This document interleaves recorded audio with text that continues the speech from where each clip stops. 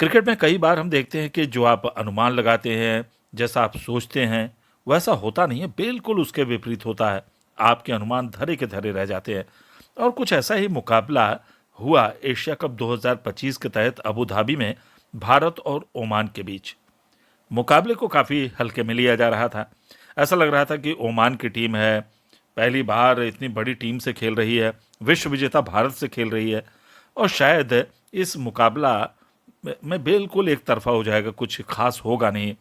और भारत ने टॉस जीतकर पहले बल्लेबाजी की। तारीफ करनी पड़ेगी ओमान के गेंदबाजों की कि जिस तरह से उन्होंने गेंदबाजी की और एक समय ऐसा लग रहा था कि भारत शायद 250 रन भी बना सकता है, 200 से ऊपर बना सकता है, लेकिन 188 पे सीमित कर दिया। और जिस तरह से ओमान की टीम पूरे मुकाबले को खेल रही थी, ऐसा लग ही नहीं रहा था कि वो इतनी बड़ी टीम और विश्व विजेता टीम से खेल रही है। जो उनका आत्मविश्वास था प्रत्येक खिलाड़ी का, ऐसा लग रहा था काफ़ी अनुभव है उनके पास, किसी तरह की हड़बड़ाहट नहीं है, बड़े इत्मीनान के साथ खेल रहे थे। और जब 189 रनों के लक्ष्य का पीछा भी कर रहे थे, उस समय भी हमने देखा जो विश्वास था, वो भरोसा था, वो देखने लायक नजर आया। ओमान का पहला विकेट 56 पे गिर गया जतेंद्र सिंह कप्तान के रूप में, लेकिन उसके बाद जो साझेदारी हुई उसने भारत को एक बार खतरे में ला दिया। और ऐसा लगा जब खास तौर से आमिर कलीम खेल रहे थे, अनुभवी तजुर्बेकार, और उनका साथ हम्माद मिर्जा दे रहे थे, तो एक समय ऐसा लगा कि कहीं ये मुकाबला भारत की हाथ से फिसल ना जाए। भारतीय कप्तान सूर्य कुमार यादव और भारतीय टीम के अन्य खिलाड़ी इस मुकाबले में कई बार मंत्रणा करते देखे गए और इसका कारण यह था कि ये जोड़ी परेशानी का सबब बनती जा रही थी। और जिस तरह से आमिर कलीम बल्लेबाजी कर रहे थे, जितनी उनकी तारीफ की जाए कम। आक्रामकता थी, मात्र 46 गेंदों का सामना और उसमें उन्होंने 7 चौके 2 छक्के 64 रन की पारी। और वो तो हार्दिक पांड्या की भी आप तारीफ करिए, जिस तरह से हर्षित राणा की गेंद पे उन्होंने बिल्कुल बाउंड्री लाइन पे कैच लिया और संतुलन जो उनका रहा, एक कहना चाहिए कि लाजवाब कैच, उत्कृष्ट दर्जे का कैच, उससे भारत की राह कहीं ना कहीं खुल गई।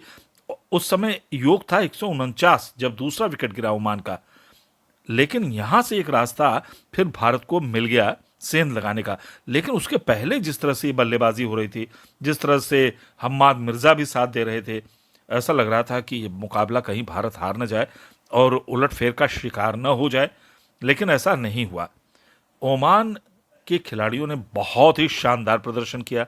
गेंदबाजी की भी उनकी सराहना करिए, जिस तरह से गेंदबाजी की, खास तौर से शाह फैजल ने 23 रन देकर 2 विकेट लिए और आमिर कलीम ने तो दोहरा प्रदर्शन किया, 31 रन देकर 2 विकेट लिए, साथ में शानदार पारी भी खेली 64 रन की।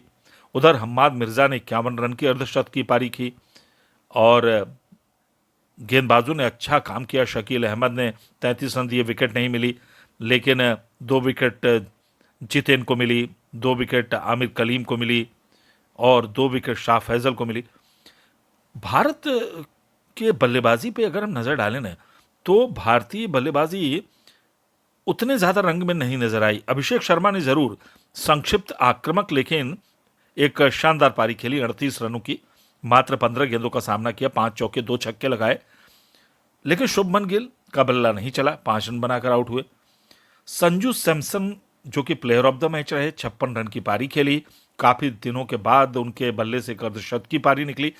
लेकिन शुरुआत में तो जो उनके बल्ले की चमक थी, बल्ले का जो तेवर था, वो देखते बन रहा था। टाइमिंग बेमिसाल थी, खासतौर से जो वो स्ट्रेट में एक सिक्स लगाते हैं और कुछ अच्छे शॉट्स खेलते हैं, लेकिन थोड़ी देर बाद उनको कुछ जीवनदान भी मिलते हैं और ऐसा लग रहा था जैसे टाइमिंग को लेकर कहीं ना कहीं संघर्ष कर रहे हैं, उस तरह से टाइम नहीं कर पा रहे थे, जबकि आवश्यकता थी बाद में जैसे जैसे ओवर आगे जा रहे थे तेज गति से रन बनाने की और अधिक तेज गति से बल्लेबाजी करने की, लेकिन वो टाइमिंग आ नहीं रही थी।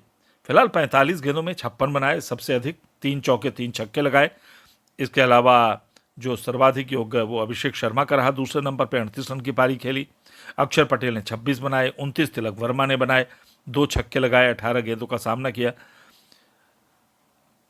और गेंदबाजी में भारतीय टीम की तरफ से सबसे ज़्यादा ऐसा कोई गेंदबाज नहीं रहा बहुत ज़्यादा प्रभाव डाले। हार्दिक पांड्या ने ज़रूर थोड़ी इकोनॉमिकल गेंदबाजी की, 26 रन ही दिए, 1 विकेट लिए। अर्शदीप सिंह की चर्चा ज़रूर हम करना चाहेंगे। एक ही विकेट ज़रूर मिला उन्हें 37 रन देकर, लेकिन एक इतिहास रचा इस गेंदबाज ने, बाएं हाथ के सीमर ने, और भारत के पहले ऐसे गेंदबाज बन गए, सीमर बन गए T20I में, जिन्होंने 100 विकेट प्राप्त करने की उपलब्धि हासिल कर ली है। अर्शदीप सिंह को बहुत बहुत बधाई। हर्षित राणा ने एक कीमती विकेट लिया 25 रन देकर, कुलदीप यादव ने 23 रन देकर 1 विकेट। और कमाल की बात यह रही कि अक्षर पटेल से सिर्फ 1 ओवर की गेंदबाजी कप्तान ने कराई।